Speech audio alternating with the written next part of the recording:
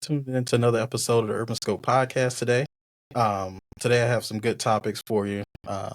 First, I'll be starting off with ATL Jacob, a well-known producer out of Atlanta, who had comments about the importance of producers.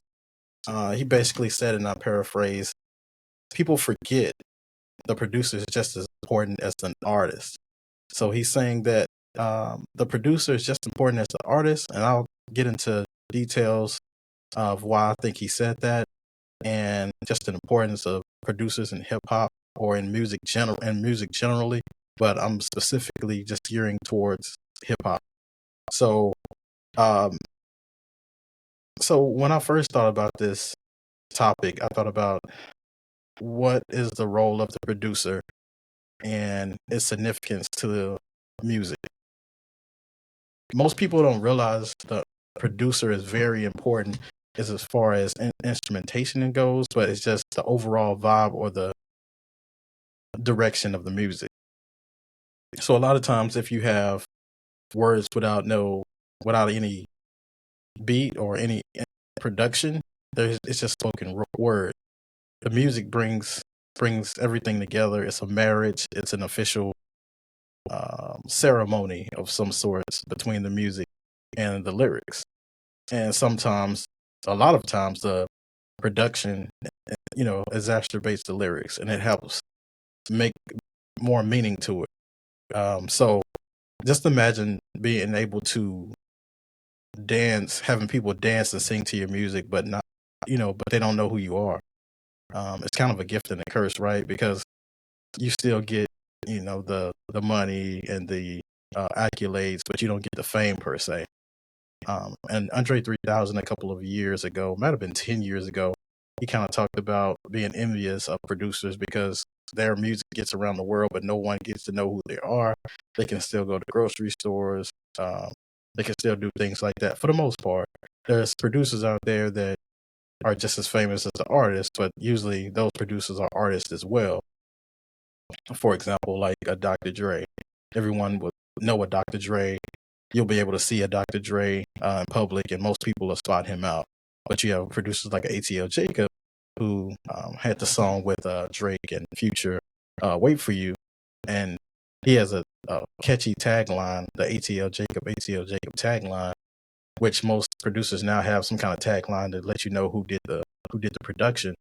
But most people won't be able to realize um, the importance of the producer, or even know who the producer is, or even thinks about that type of stuff. So I equated it to the movies. Everyone knows the actors in the movie. No one really knows the producers. So if you notice, a lot of times when you watch movies, it'll say from the makers of, or from who brought you this, because most people won't even remember their names, but they'll remember the last production they did. So it'll be like from the makers of the Scream movies or the Halloween series movies or something like that. That'll bring like light to their production that way, because most of the people, like I said, they want to just know the people who go out there and put out the art. They don't want to know the people behind the scenes as much, but it's just as important. And I agree totally with ATL Jacob when he kind of brought this point for. It's a very important one, just for the average Joe probably won't care about it that listen to music, but me as a music fan, I relate to his message and what the producers have done. So it kind of, um, had to look back on hip hop and production and how hip hop has produced. Their producers have, caused the genre to thrive so much, because most of the time, and it's mostly with women, or mostly women. Mostly, like, they might not know the lyrics of a song, but they know the production. So the 50 Cent in the club when it first came out, everyone was, as soon as the beat came on, everyone went crazy to it. Or Cash Money, Juvenile, when they had the Back That Thing Up song, when that, as soon as the beat dropped, everyone knew exactly what it was and what to do to it. So that's important. How important the producers are to the game. Growing up in the South, I listened to a lot of 3 6 Mafia, so a lot of productions from Juicy J, DJ Paul, the hi hats taken fast, the drums, just the samples, everything that made the marriage of the music and the lyrics so vital to just the music process and the aesthetics. Sometimes artists, if you don't have a good enough production, the message gets lost because you don't want to hear bad production over good lyrics or vice versa. But you can get away with bad lyrics and a good production most of the time. But I mean, to make a hit, you got to have the good production and you got to have a little bit of lyrics to it. But for the most part, for the average fan, it's about the production. But they might not realize it, but it's about the production.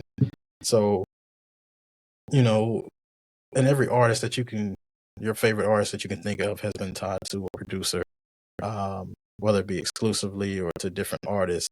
Like you had a Drake who was tied to 40, who does most of his beats and most of his production, and then you have a Jay-Z who was tied to Kanye and uh, Swiss Beats and other people like that. But then Clips had Pharrell and Jay-Z and Missy and Aaliyah had Timberland and Eminem, 50 Cent, Kendrick Lamar, all had Dr. Dre. And of course, NWA had Dr. Dre as a producer, as he was in the group as an artist as well. Jermaine Dupri, he had Mariah Carey, Usher, and Bow Wow. So the list goes on, but you see how the producers influence the artists and vice versa. But most of the time, the production is going to tell you. Producers do more than just make the beats. They give direction on where the song should go. If something doesn't sound right, or how to make the music not overshadow the lyrics and vice versa. So they have pretty much they're like a head coach on the football team. They give you the overall um, give an overall guide and plan for the song. And like I said, they really are visionaries. Um, Shout out to Soul Chemist, one of my friends. He's a producer, and like I said, I'll bring him on and talk about this topic as well, because he knows firsthand about the production and the ins and out and intricacies. I'm just speaking from a generality standpoint, but he knows the ins and outs of it, and I look forward to having him on the podcast to talk about production and just his experience from being a producer and working with different artists and working on different projects. Um, so so generally, like I said, just to summarize up a little bit, the uh, in the club productions is everything, but overall, you're nothing without the producer. Similar to back in the days when they had the DJs, a lot of artists needed the DJs to break their music, whether it be in clubs or parties or events. The DJ usually broke the music before there was the internet and before all this digital era. You needed a DJ to do so, to break that music, because the music didn't get out without it. So um, when you listen to music, going forward, just think about the importance of that music and the producers and the behind the scenes people, whether it be the engineers or the producers who bring everything together. Most people think you just go in a studio with an instrument, with just with a beat and just be able to record, but it's so much that goes behind the scenes to make one song. That's why projects usually don't come out for, sometimes 2 or 3 years and even longer. 'Cause like I said, most of these artists are meticulous, and so are the producers. So they try to get everything right and put out the best product that they can. Um, and another example I want to say about producers, on leaving the last note, one song I thought about specifically when I thought about the marriage of the lyrics and the production is Coolio's "Gangsta Paradise."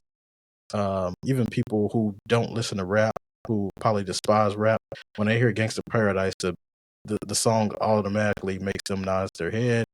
They're kind of like forgetting what that they don't like hip hop, and that's what true hip hop does. It kind of brings people together who might not even like the genre, but like I said, every song, there's always a song in some genre that you might like, despite what you feel about um, the overall, vibe of the genre. So that "Gangsta Paradise" song is one that that definitely kind of came to my head when I was thinking about this topic. And then I'm a big advocate of soundtracks. Back in the day, you had to. Um, Most artists broke through soundtracks, and soundtracks kind of inspire viewership for the movie, and kind of vice versa. If you never heard the soundtrack and then you listen to you watch the movie, it makes you want to listen to the soundtrack. So I've always been a big advocate of these soundtracks and just music in general, as far as productions and the intricacies and the nuances of the genre. So tell me, what do you think about producers and the overall direction of music? And just let me know what you think, and like and subscribe to the videos and to the channel. Thanks for tuning in to another episode of the Urban Scope Podcast.